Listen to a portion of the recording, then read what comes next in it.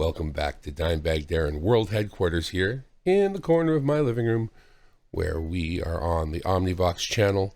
And today we are going to do Chapter 7 of my favorite book in the world, Isaac Asimov's Foundation. Now, Foundation has a number of different parts. The very first part is called the PsychoHistorians, and we are on Chapter 7 of that. Avakim approached, nodded to Gull, and leaned over to whisper to Selden. The cry of adjournment rang out, and guards separated them. Gull was led away. The next day's hearings were entirely different. Harry Selden and Gal Dornick were alone with the commission. They were seated at the table together, with scarcely a separation between them, the 5 judges and the 2 accused. They were even offered cigars from a box of iridescent plastic which had the appearance of water endlessly flowing. The eyes were fooled into seeing the motion, although the fingers reported it to be hard and dry. Selden accepted one. Gal refused. Selden said, "My lawyer's not present." A commissioner replied, "This is no longer a trial, Dr. Selden. We are here to discuss the safety of the state." Liege Chen said, "I will speak," and the other commissioners sat back in their chairs prepared to listen.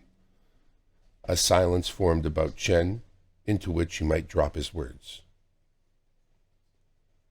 Gal held his breath. Chen, lean and hard, older in looks than in fact, was the actual emperor of all the galaxy. The child who bore the title itself was only a symbol manufactured by Chen, not the first of such either. Chen said, "Dr. Selden, you disturb the peace of the Emperor's realm. None of the quadrillions living now amongst all the stars of the galaxy will be living a century from now. Why then should we concern ourselves with the events of 5 centuries' distance?" "I shall not be alive a half a decade hence," said Selden, "and yet it is of overpowering concern to me. Call it an identification of myself with the mystical generalization to which we refer by the term man. I do not wish to take the time or trouble to understand mysticism. Can you tell me why I may not rid myself of yourself and of an uncomfortable and unnecessary 5-century future, which I will never see, by having you executed tonight?" "A week ago," said Selden lightly, "you may have done so, and perhaps retain a 1 in 10 probability of yourself remaining alive at year's end. Today, the 1 in 10 probability is scarcely 1 in 10,000. There were expired breaths in the gathering and uneasy stirrings. Gal felt the short hairs prickle on the back of his neck. Chen's upper eyelids dropped a little. "How so?" he said. "The fall of Trantor," said Selden, "could not be stopped by any conceivable effort. It can be hastened easily, however.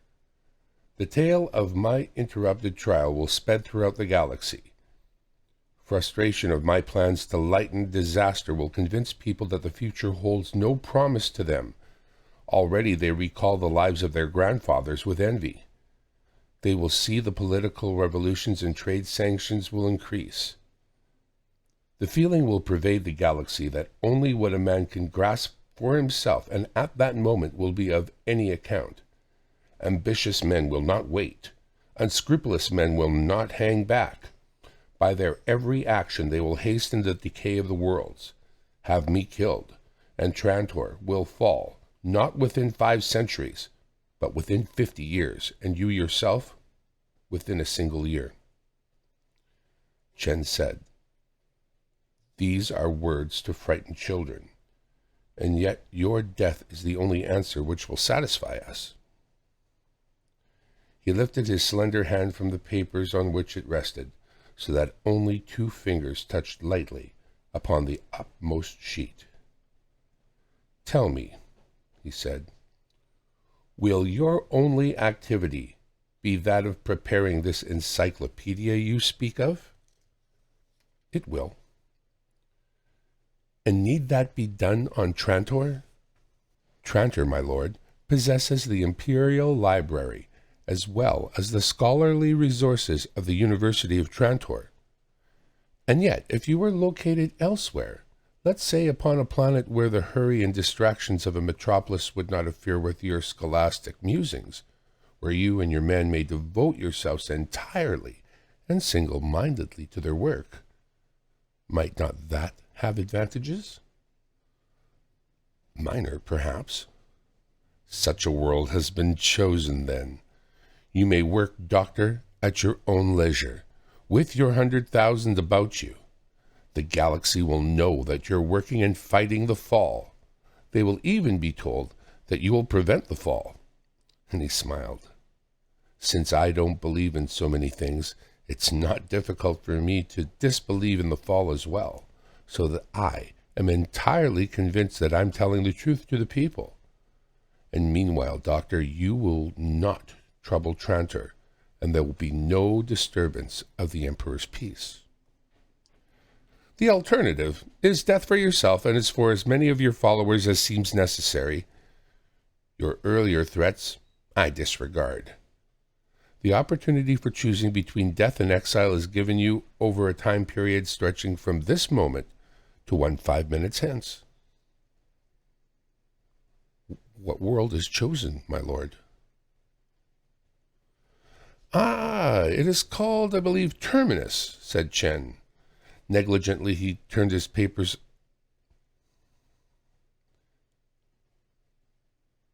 Negligently, he turned the papers upon his desk with his fingertips, so they faced Selden. It is an uninhabited, but quite habitable, and it can be molded to suit the necessities of scholars. It is somewhat secluded. Selden interrupted. It's at the edge of the galaxy, sir. As I said, somewhat secluded. It'll suit your needs for concentration. Come, you have 2 minutes left. Selden said, We will need time to arrange such a trip. There are 20,000 families involved. You'll be given time. Selden thought a moment. The last minute began to die. He said, I accept exile. Gal's heart skipped a beat at the words. For the most part, he was filled with a tremendous joy, for who would not be, to escape death?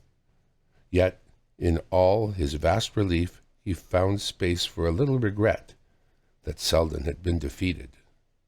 And thus brings us to a close of Chapter 7 of Isaac Asimov's book Foundation, and the initial part, The PsychoHistorians.